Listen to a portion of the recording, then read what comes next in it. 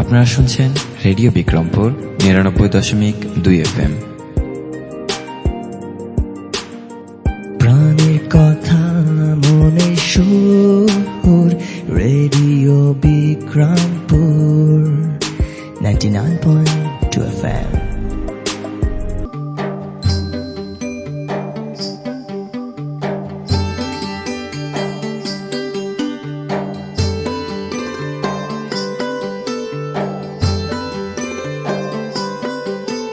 বিশ্বে যা কিছু মহান সৃষ্টি চিরকল্যাণকর, অর্ধেক তার করিয়াছে নারী, অর্ধেক তার নর। সুপ্রিয় শ্রোতা, সবাইকে প্রীতি ও শুভেচ্ছা জানিয়ে শুরু করছি নারীর ক্ষমতায়ন, মত প্রকাশের স্বাধীনতা ও অধিকার আদায় করণীয় বিষয়ক রেডিও ম্যাগাজিন অনুষ্ঠান অপরাজিতা।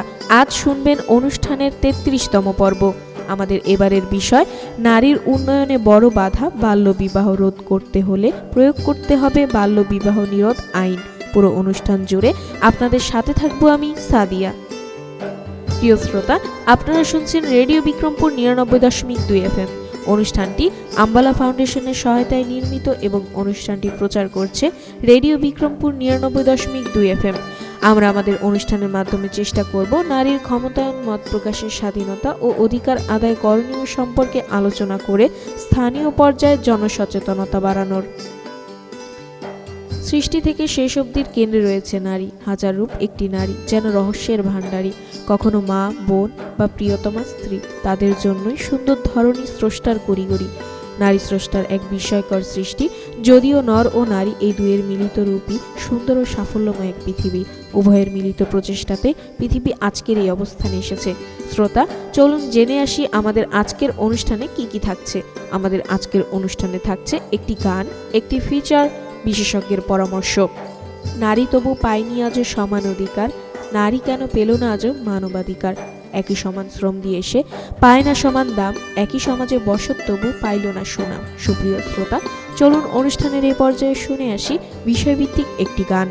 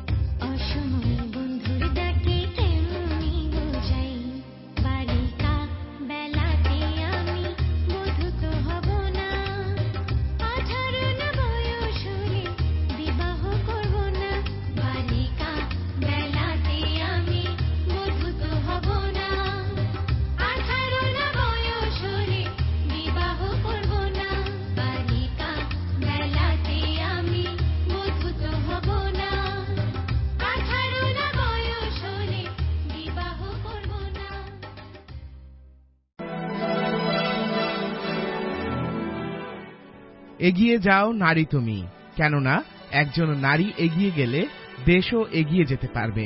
আমাদের দেশের উন্নয়নে নারীর ক্ষমতায়ন অত্যন্ত প্রয়োজনীয়, তাই সবাই নারীর ক্ষমতায়নে এগিয়ে আসুন।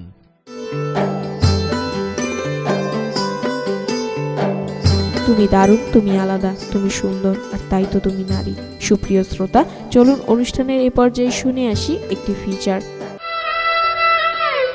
প্রথমত, 18 বছরের নিচে সকল কন্যা শিশুকেই শিশু বলে গণ্য করা হয়ে থাকে। 18 বছরের নিচে কোনো কন্যা শিশুকে বিয়ে দিলে সেটি বাল্যবিয়ে বলে গণ্য হয় এবং বাংলাদেশের বাল্যবিবাহ নিরোধ আইনে উল্লেখিত শাস্তি ভোগ করবে। আদালত স্ব-উদ্যোগে বা কোনো ব্যক্তির অভিযোগের ভিত্তিতে বা অন্য কোনো মাধ্যমে প্রাপ্ত তথ্যের ভিত্তিতে যদি এই মর্মে নিশ্চিত হন যে কোনো বাল্যবিবাহের ব্যবস্থা গ্রহণ করা হয়েছে বা বাল্যবিবাহ অত্যাসন্ন, তাহলে আদালত উক্ত বিবাহের উপর নিষেধাজ্ঞা আরোপ করতে পারবে।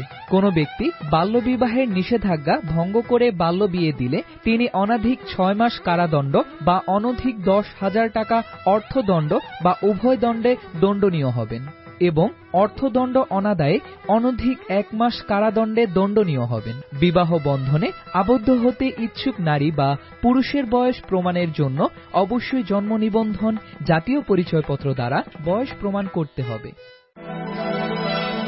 বাল্যবিয়ে রুখতে হলে আওয়াজ তুলুন তালে তালে, খবর দিন স্থানীয় প্রশাসনে এবং কল করুন 109 নম্বরে।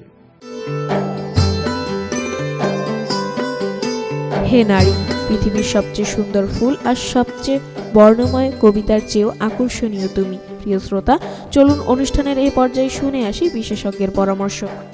বাল্যবিবাহ আইনটা হচ্ছে আপনার বাল্যবিবাহ আইনের যে শাস্তিটা, এটা হচ্ছে 6 মাসের জেল, 10,000 টাকা জরিমানা, অনাদায় আবার 1 মাসের জেল।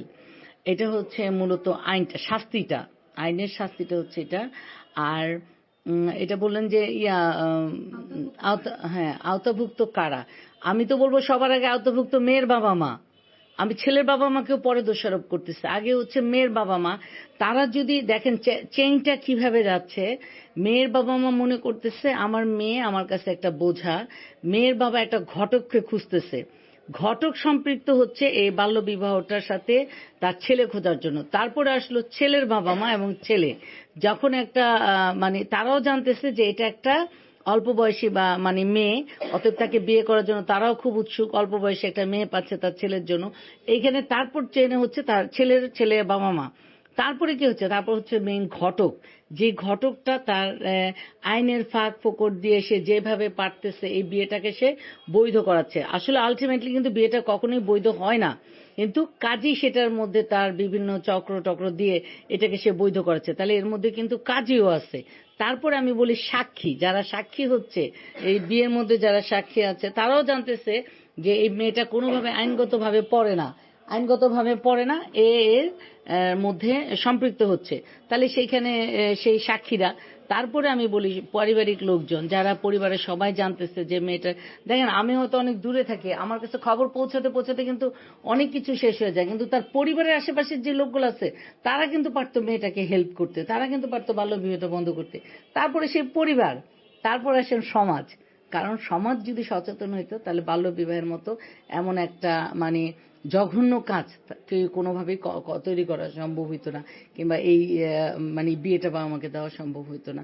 আসলে দায়ী কম বেশি আমরা সবাই, শুরুটা হচ্ছে পরিবার, শেষটা হচ্ছে সমাজ। নারীর ক্ষমতায়ন বর্তমান সরকারের একটি অন্যতম পরিকল্পনা।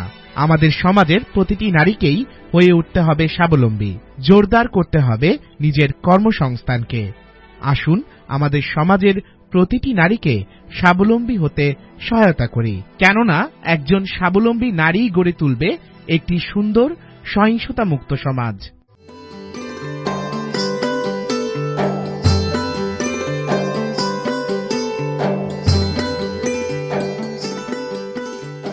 হে নারী, সমাজ গড়ার কারিগর তুমি, তোমারই মুঠোয় বিশ্বসুখ।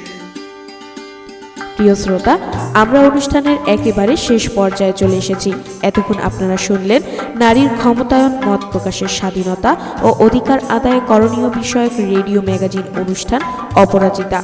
অনুষ্ঠানটি আমলা ফাউন্ডেশনের সহায়তায় নির্মিত। অনুষ্ঠানটি প্রচারিত হলো রেডিও বিক্রমপুর ৯৯.২ FM এ।